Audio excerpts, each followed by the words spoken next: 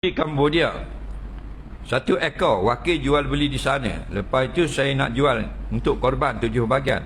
Saya jual 1 bahagian sampai 7 bahagian. Apakah hukumnya? Baik. Dia beli lembu 1 ekor, kemudian dia nak jual untuk dijadikan korban. Boleh ya? Apa tak boleh pula? Lembu kita bukan nak korban, kita nak jual pada orang nak korban. Mu nak korban tak? Mu cari 7 orang, mai beli lembu aku. Boleh buat korban? Boleh. Faham lagi? Dibolehkan. Tapi kalau kita dah niat korban 1 bahagian, bahagian tu kita pergi jual pula, tak boleh. Faham lagi?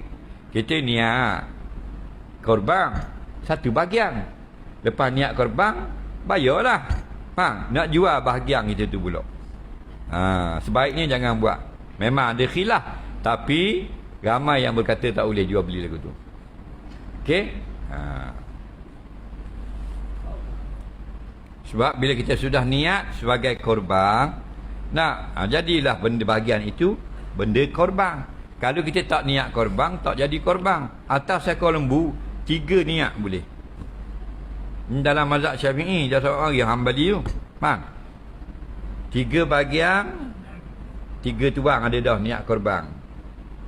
3 bahagian lagi ada 3 tuang niat akikah.